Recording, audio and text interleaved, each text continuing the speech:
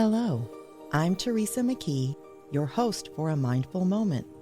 Thank you for joining me as we explore ways to increase mindfulness in our day-to-day experiences through weekly topics, expert interviews, and guided mindfulness meditations.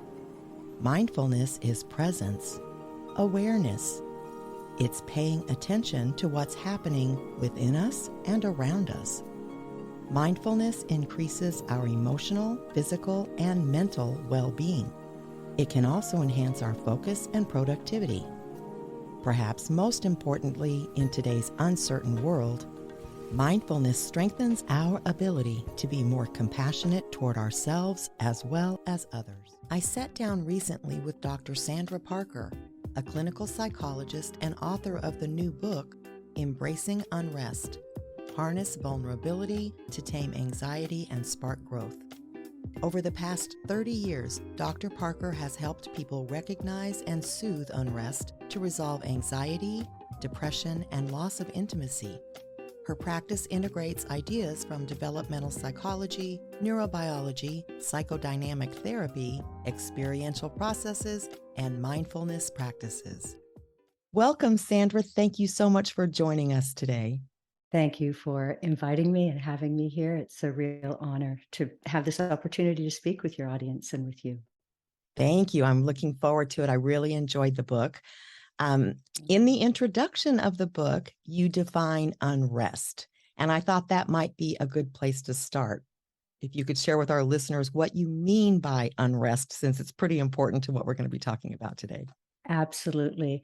And it's precious to me, and it is a precious alarm inside all of us, meant to wake us up at the optimal moment for growth. Unrest is nervous system activation that rises when we are vulnerable. And it's a signal inviting us to tune in so we can soothe our bodies, feel emotion, and grow capacities for living our biggest, richest lives.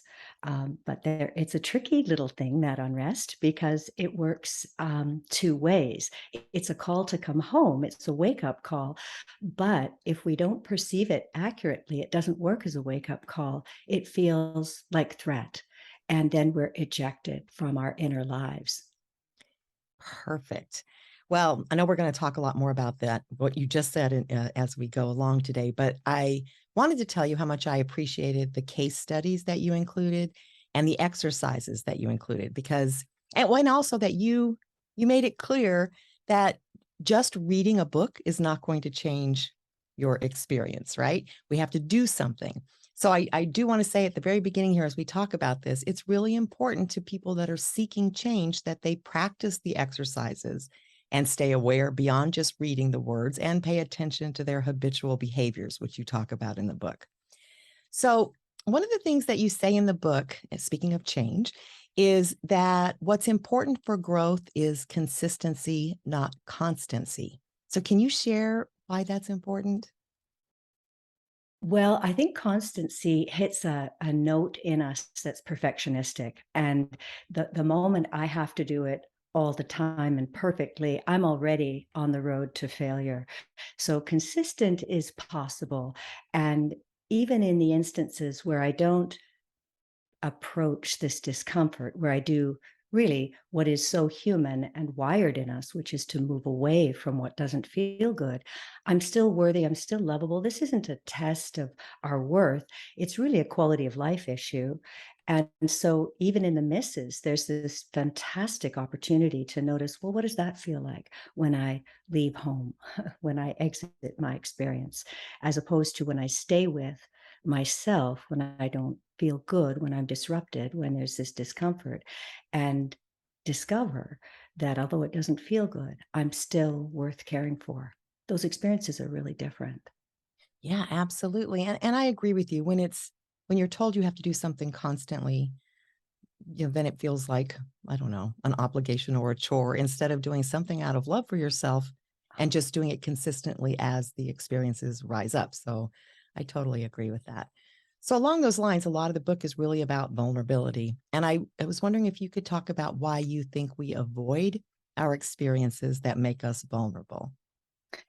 Wow. Well, vulnerability is this amazing humanness of us, which is the gap between what we long for and what we can 100% secure based on our own efforts and gifts and talents and intentions. And there's always a gap. My fingers are outstretched to the absolute limit of what I can do. And something outside me needs to contribute to that outcome. And longing and limits is so central to the human condition. We're born with this gorgeous desire. We come into life wanting things, and it's motivating us and it's driving us. If I didn't have that longing, I would never get out of my cradle. I wouldn't crawl and reach for that dolly. I'd still be 40 and expecting my mom to bring me a bottle. My longing is what drove me to write a book. So it's beautiful. However, there's this reality, which is that everything we long for is contributed to by forces outside of us. And that's sometimes hard to see because you think, well, I picked this shirt that I'm wearing today. Well, yes and no. If it slipped off the hanger overnight and Harry, who's now almost 15, my lovely Pekingese Yorkie cross, who's a little incontinent these days, if he accidentally peed on it, I wouldn't be wearing this shirt. So I mean, I may not think about these forces, and a lot of the time, thank goodness, the universe obliges me. I can have the fantasy that, yeah, I nailed that, but the reality is different. And vulnerability is really a fact of life. We are alive, we're going to die. That's the bare minimum. And then there's a bajillion other factors: time, the economy, DNA, other people. And oh my goodness, our emotions are impacting us. So, but it's more than a fact of life. It's also a physical feeling, and that's unrest.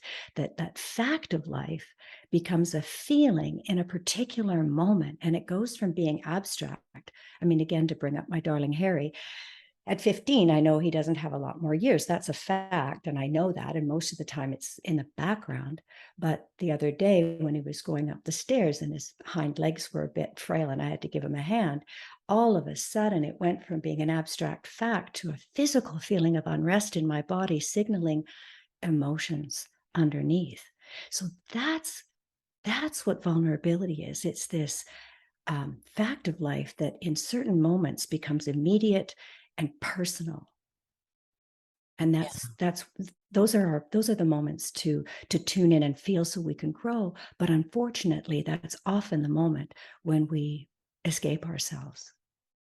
Yeah, and it leads kind of into my next question, because it seems like life would be a lot easier if we didn't have emotions, right? It seems that that's what complicates everything. But are emotions really good or bad? Well, of course, when we're speaking about core emotions, so I'm a bit particular, right? I'm a psychodynamically trained psychotherapist. So I'm speaking about core emotion, which is the true feeling that's moving us, not a defensive emotion, which I won't distract everyone with the difference, but well, I will. Defensive emotions are things that come up based on stories or narratives, and those things are based on lies. So those aren't real feelings, but the feelings that arise from bumping into reality, those feelings are all adaptive. And what I mean by that is that they want to help us come to terms with reality. That is job one for all of us. And you might think, well, I'm not psychotic, I'm reality testing. But, we might know that reality is what it is, but we don't like it. And because of that, the emotions want to help us do the hard slog of coming to terms with the truth. So emotion is always adaptive if we're able to feel it. And I want to say this piece really clearly: in a well-regulated way. Emotion that's contaminated with elevated levels of anxiety in the body becomes overwhelm, and it's too much, and it isn't actually healthy. But it's not the emotion that's the problem, it's the dysregulated anxiety. Really good point. And there are a couple here I want to talk about where sort of further identifying the differences between what we might be experiencing. So one area that you talk about in the book is the difference between unrest and anxiety or fear. So how do we know if we're experiencing unrest or if it's anxiety and fear or I fear? love that question so much.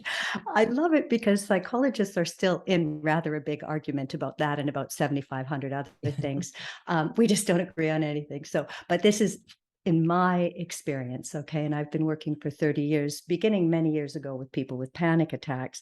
But this experience of vulnerability in the body, anxiety and fear, this differentiation is close to my heart. I want to start with fear because, referring to emotion a moment ago, fear is adaptive. Like grief wants to help me come to terms with loss, and anger wants me to have a voice and stand up and push back against wrongs. And fear wants to help me stay alive. It's a very healthy response.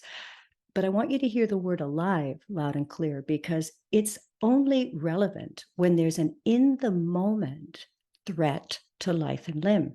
And at that point, this arousal in your body, the extra oxygen to your large muscles and the deeper breathing and the increased heart rate, is a perfect match for a physical threat in the moment. If what is facing you is an abstract thought, an emotion, a story, something in the past, something possible in the future, it's not fear. All right. It's only fear if there is, let's say you have a rattlesnake hissing on your desk. It's very appropriate to throw that rattlesnake off your desk, and all the arousal goes perfectly with that. But if your computer is jamming up and freezing and losing things, throwing your computer off the desk is not really functional. So although the physical feeling is the same, it's very important that we understand, if the threat is anything other than in the moment and physical, it's not fear. And what I want to say about fear is, oh my heavens, obey, run, right? Now, anxiety is a different critter. Anxiety is stories. It's like the narrative about something that feels threatening to us. And we don't feel anxious when we're afraid. We feel afraid. So that's a pretty clear situation. There's an oncoming bus and you jump. You're not really worrying, right?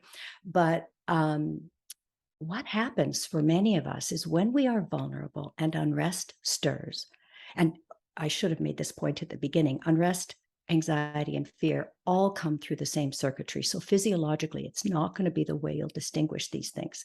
They are identical. You can't tell the difference. In fact, I'll add a fourth one just for fun, which is excitement on a roller coaster feels the same. So there's lots of things that feel the same. So the physiology won't be the way you'll tell the difference. But unrest rises, as I mentioned, when you're confronted with limits to something that really matters to you. And when that signals you, a lot of the time, we don't register it consciously. We unconsciously misread this invitation to come home as danger. And we want to make sense of why we feel that way. We're meaning-making creatures. We want to understand. And so we start telling stories. This bump on my arm means I'm going to get cancer. This ringing in my ears means I'm not going to be able to cope and I'm going to go crazy. The fact that I can't stop my alcoholic brother from drinking means that, he's going to get into a car accident and it'll be my fault. I mean, oh my heavens, the stories go on and on. And with anxiety, it's really important to realize that we're making it up. We're either making it up or we're possibly remembering something from before, but none of that is this moment.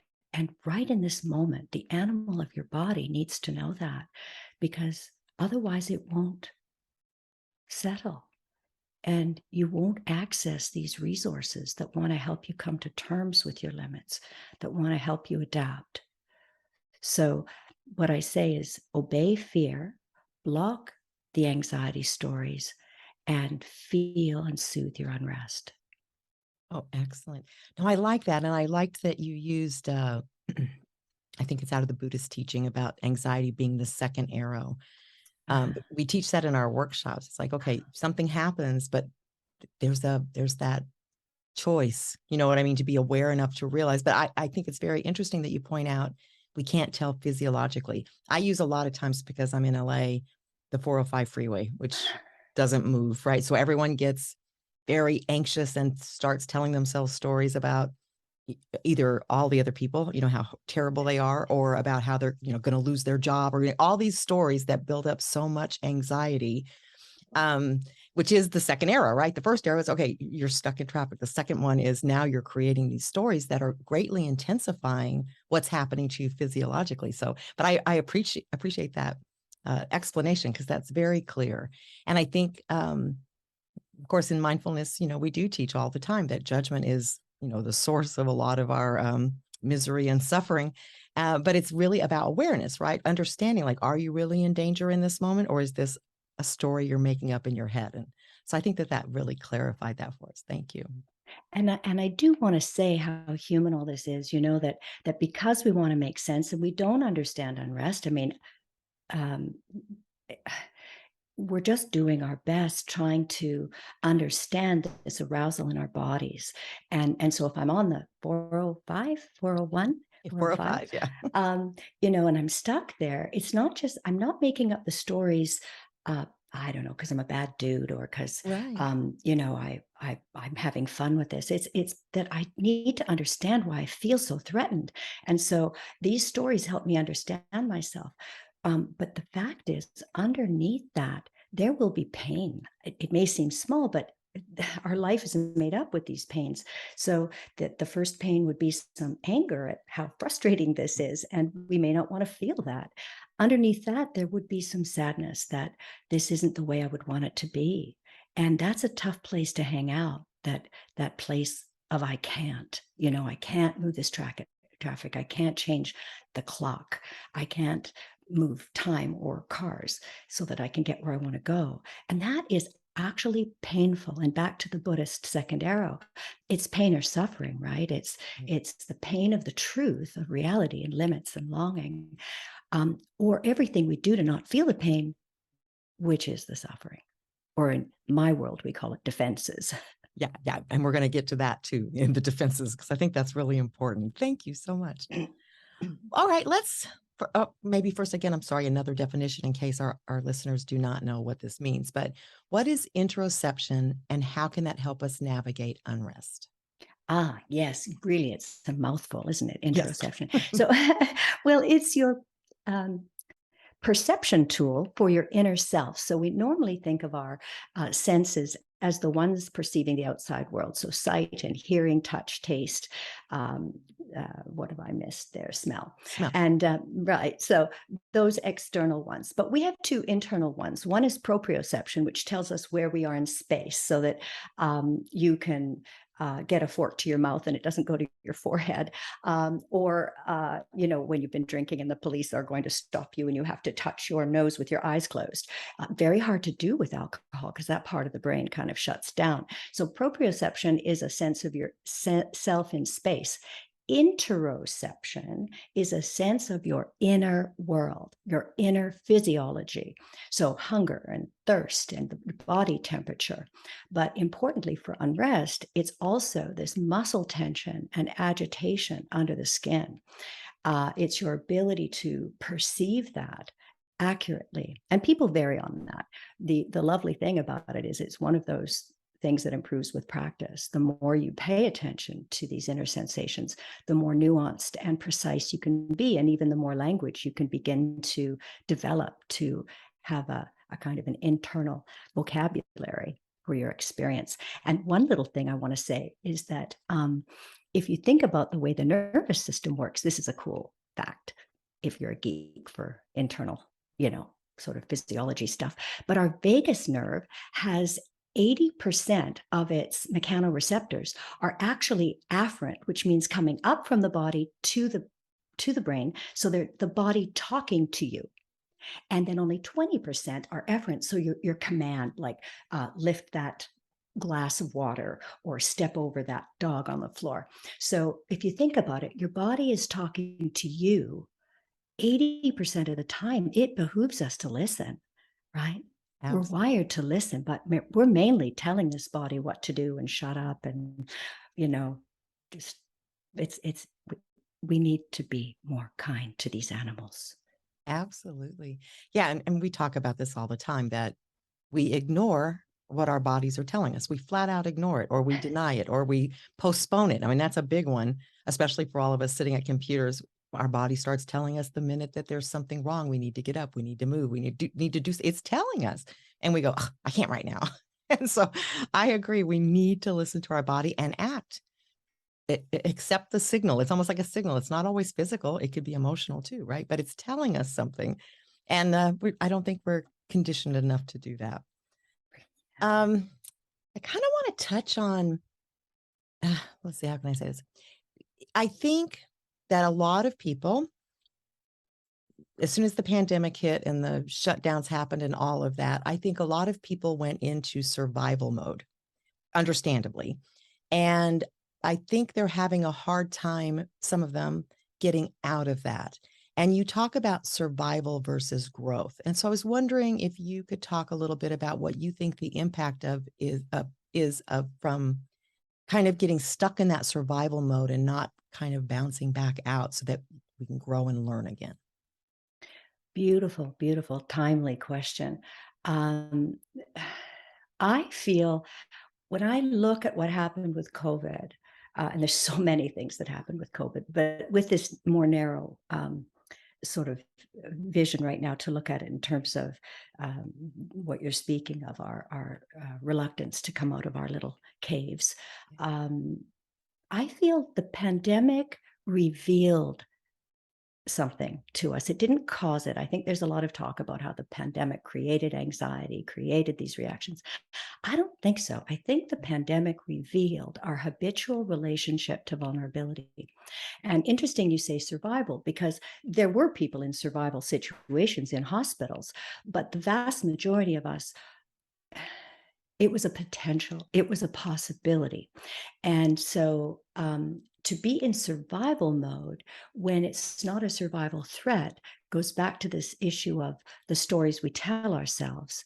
And again, if we can understand that those stories are creating suffering for us, there's a pathway then to prioritize soothing the nervous system right now in this room. Do I have enough oxygen? I am breathing. There is shelter over me. I mean, I'm saying this in the knowledge of what's happening in Florida. And, Yeah. obviously there are situations where it is survival, right? But when it's not, and we are in this hunkered down place, which is incredibly functional for people right now who are not in houses in Florida, incredibly functional to be in that sort of place of paying attention to the bare minimum of what we need to survive. But if we're living like that, and it's an abstract threat, a possibility, we aren't accessing these adaptive emotions that want to help us come to terms with uncertainty. We don't like uncertainty. We don't like not having control.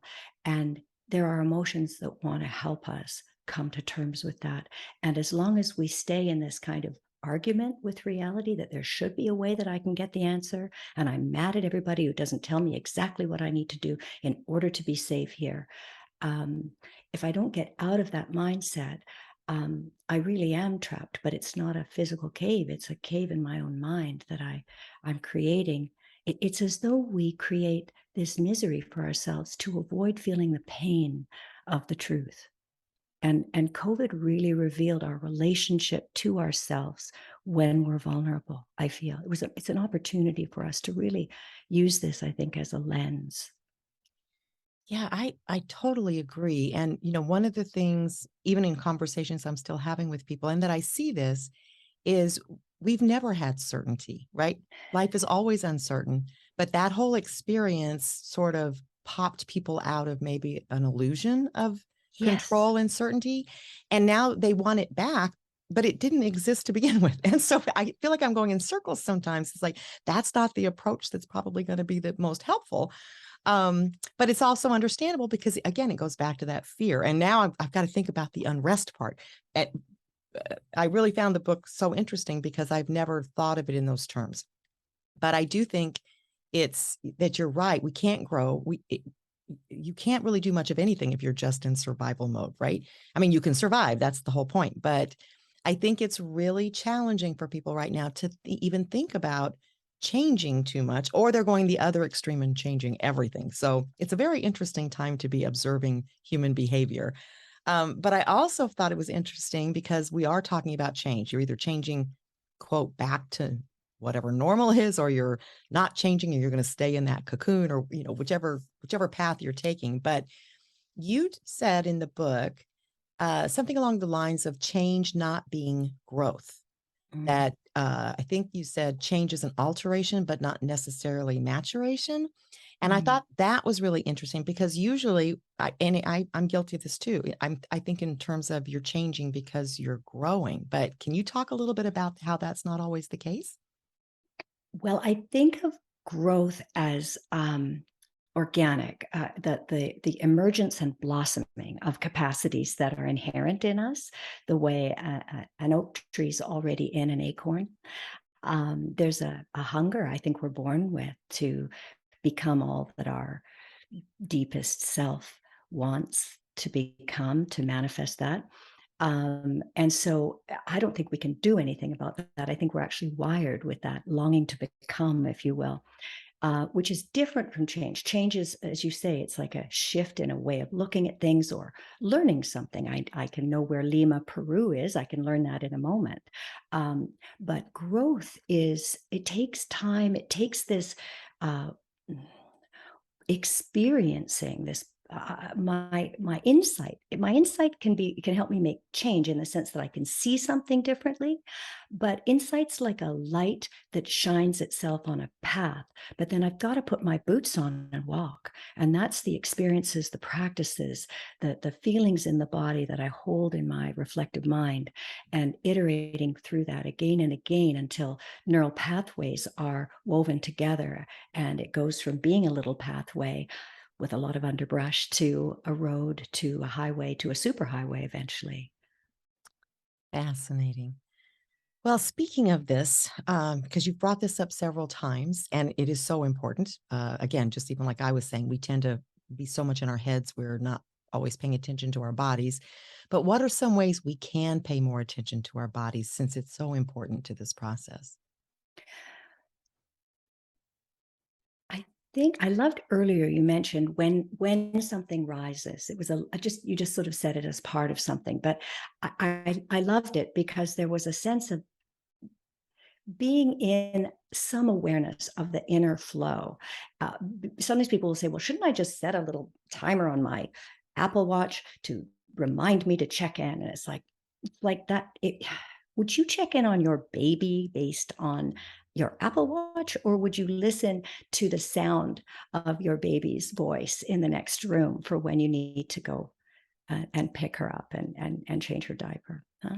So when you mentioned that, it's like, yeah. So what I would invite listeners to do, maybe even right now or right after the show, is to think about what is something you long for? What is something that you want? And I do want to say we only have two problems, Teresa. We have that we want something to be a certain way. And so we want something to change, if you will. We want something to be different, and we want it preferably now. And we can't make that happen. Right. Most of the time, as I say, there are factors contributing. Right. So there's this, we have to wait. It's in a certain timing. So there's that piece of it. We have another problem, which is that we don't like something, like we really don't like something, and we want it to, or no, I said we don't want something. The opposite is we do want something, and we love it. We love it exactly. That beautiful Thanksgiving dinner, and we're all sitting together, and the lighting and the fireplace and the music and this connection with everyone. And I never, never, never want it to end. And guess what?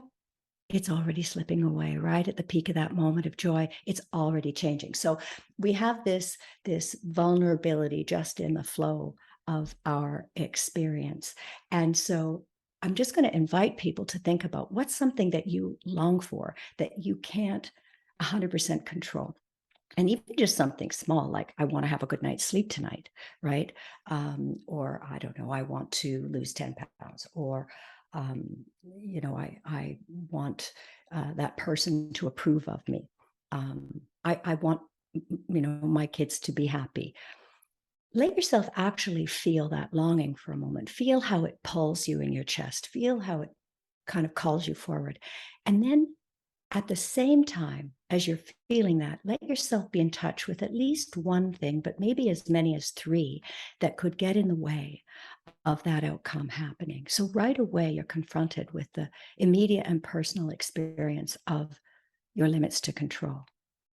Just pause there. You want it, and you can't ensure 100% that you can make it happen. And then in that moment, as something rises, can you notice muscle tension in your body? And I want you to think about the muscles that you can control with your own mind. We call them striated muscles or voluntary muscles. Those muscles that if you think about it, they'll move. Feel if there's tension. Feel where there's tension. Be as precise as you can about tuning into that.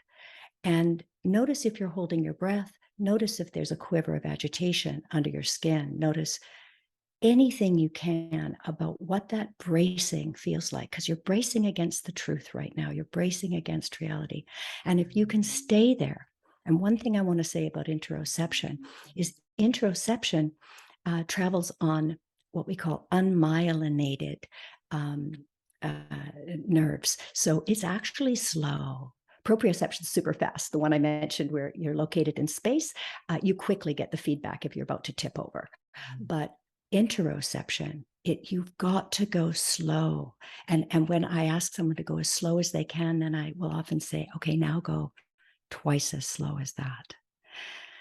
And feel in a loving way with warm interest and non-judgment. Invite the feeling forward. Welcome it. This is incredibly radical, bold. You're going towards something that doesn't feel good, and you are hanging out there with love.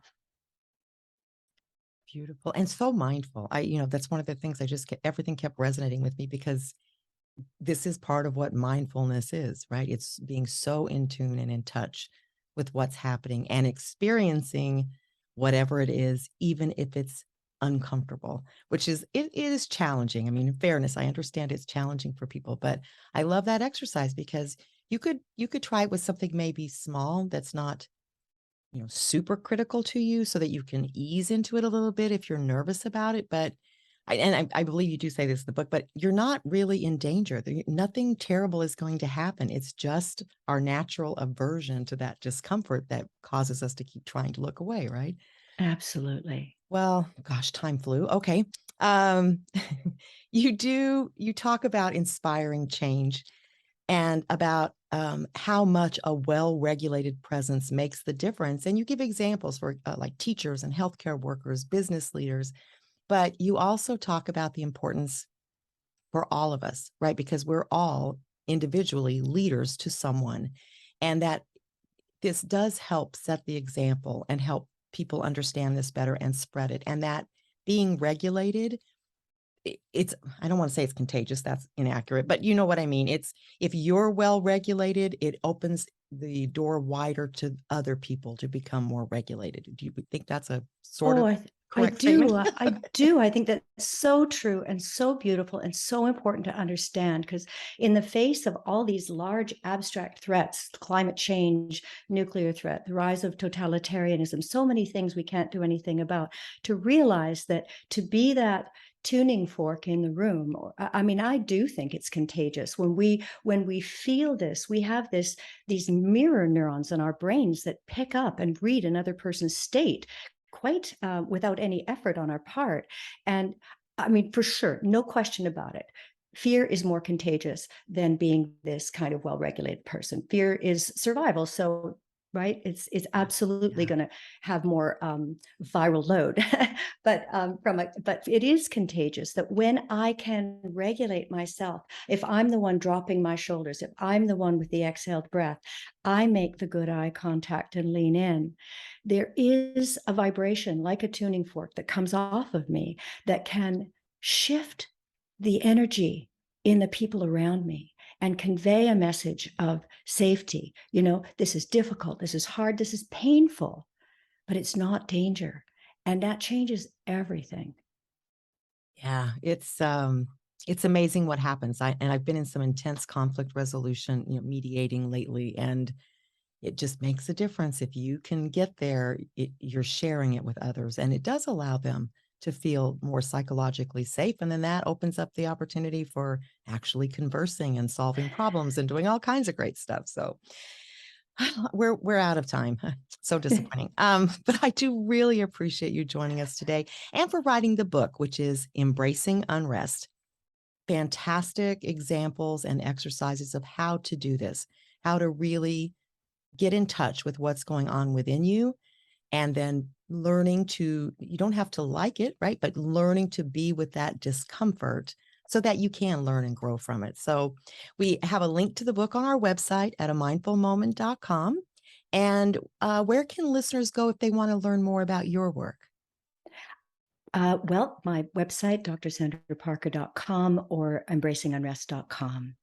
Wonderful. Yeah. Well, it has been a pleasure speaking with you today. Thank you so much. And thank you. The pleasure is really mine. Thank you. Until next time, I encourage you to meditate daily and be mindful in all of your everyday activities. Simply bring your full awareness to the present moment to build your mindfulness skills, paying attention to every detail of what you're doing, from washing dishes to work tasks to taking a walk. Your mind will wander, and that's normal. Each time you notice it has wandered, that's mindfulness. Consider how wonderful the world could be if everyone was mindful. You can help make that happen. It all starts with a mindful moment. This podcast is part of the Airwave Media Podcast Network. Visit airwavemedia.com to listen and subscribe to other great shows like the Daily Meditation Podcast, Everything Everywhere, and Movie Therapy. We deeply appreciate your support at patreon.com/amindfulmoment. Please be sure to subscribe to A Mindful Moment and follow us on Instagram at A Mindful Moment Podcast. Visit our website, amindfulmoment.com, to access podcasts, scripts, and book recommendations. A Mindful Moment is written and hosted by Teresa McKee and/or Melissa Sims. The Spanish version is translated and hosted by Paola Tile. Intro music, Retreat by Jason Farnham. Outro music, Morning Stroll by Josh Kirsch, Media Right Productions. Thank you for tuning in. This podcast is produced by Work to Live Productions.